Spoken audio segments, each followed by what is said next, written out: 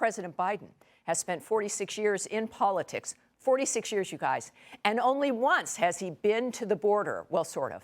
The Washington Post reported he, quote, drove past the border while campaigning in 2008. That's why tomorrow will be monumental when Biden actually visits El Paso, or will it? We can get into that in a minute, but the White House just admitted the real reason why Biden is going to the border. Watch this. I just want to clarify, why make the trip now, not 6 months ago, not a year ago?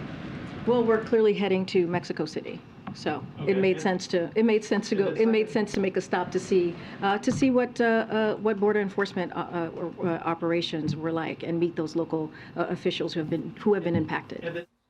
Yeah, that's special.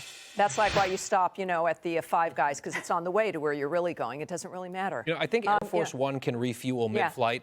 I think they can. I'm pretty sure. It's a very interesting reason, but considering, I think says a number of different things. Anita, we'll start with you. Okay. In what this really means about what's happening in the White House. Yes, they're going by, so they'll stop by, but could this indicate that he is actually seriously thinking about running again in 24? That this is something that they've recognized has to be addressed and dealt with? But secondarily, El Paso's been cleaned up. Mm-hmm. He's not going to really be seeing what's happening at the border.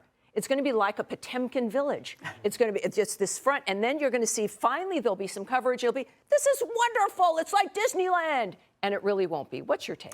Well, my take is that other networks are finally starting to cover this and ask him about it. So I think it has become an issue in the White House because it's not just Fox News now that's asking. It's MSNBC. It's a couple other places. And they're recognizing that this is something that the White House needs to address that they just have completely ignored. Here's my question, though, Tammy. He's going there and he's going to meet with elected officials and community leaders. Mm-hmm. Why isn't he meeting with Border Patrol agents? I mean, if this is a war, when you go to a war zone, you meet with the soldiers. He should be meeting with the Border Patrol agents. They have very low morale, and I think it would do a lot, it would say a lot if the commander-in-chief would go and greet them and talk to them. And even in his remarks, Charlie, it's a great point, he didn't even mention them. And so this seems to still be a way of dancing around the nature. It's like, well, we're going to pay attention to that thing, but we're not going to really do anything that might reinforce the complaints or the reality or bring up conversations that might embarrass us or that we don't have answers for. It's a huge reversal. It is proof that he thinks that he is going to be running. And it's also recognition that even Joe Biden, in his diminished state, realizes this is a terrible issue for him, which is why the White House very wisely picked this week to make the announcement of the reversal while everybody was paying attention to what was going on in the House.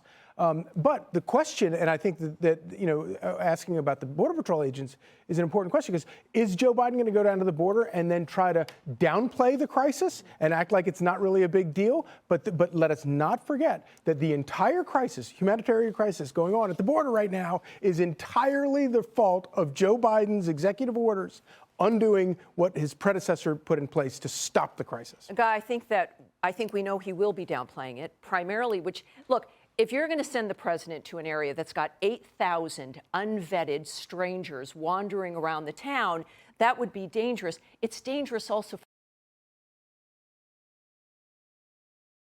in the vicinity. So the Secret Service would want to move them out, but there's been complaints by the people of El Paso and leadership there that they're changing the entire environment. It's completely false now. Is that part of the point, perhaps, of why they're going into what is going to look like a pristine, different kind of situation? Or at least somewhat sanitized, right? And, you said that in his remarks this week, Biden really didn't mention Border Patrol agents. I guess that's an improvement from smearing them, which is what he did last year, point, too. Right? So I guess that's an improvement, perhaps. I know a lot of Republicans and conservative commentators, perhaps some folks at this table, have been calling on the president to go to the border now for 2 years. So I think it's important to say, on one hand, it's good that he's finally going. He should see this. But your point is exactly right. What exactly is he going to see? I had Tom Homan on my radio show this week, former ICE acting director. He said his sources down there say what the president is going to witness is not really anything close to the level of dysfunction that the people in that area have now been experiencing for a long time. this could be a constructive visit by the president if he's willing to look more and of the listen, theater. as opposed to check the box, photo op. Let's see what happens, Yeah. but I'm skeptical. And Anita, in the minute we have left here, we know DeSantis has also said he's going to be bringing out the National Guard because of the number of immigrants that are coming into the Keys of Florida. And the president mentioned Nicaragua, Haiti, and Cuba, that there's going to be this new plan, this new legal immigration plan for about 30,000. Doesn't that, and let's take a look. I think we've got, do we have any video of that at the, I think we're a little, well, I don't think we've got video of it, but at the same time, wouldn't that invite even more people as an acknowledgement that we know you've got problems, come here anyway? Yeah, just shift over the problem, right? But, you know, the thing that DeSantis is doing, though, different from what the president is not doing, he's providing the local governments there with resources to deal with this problem. He's giving them resources.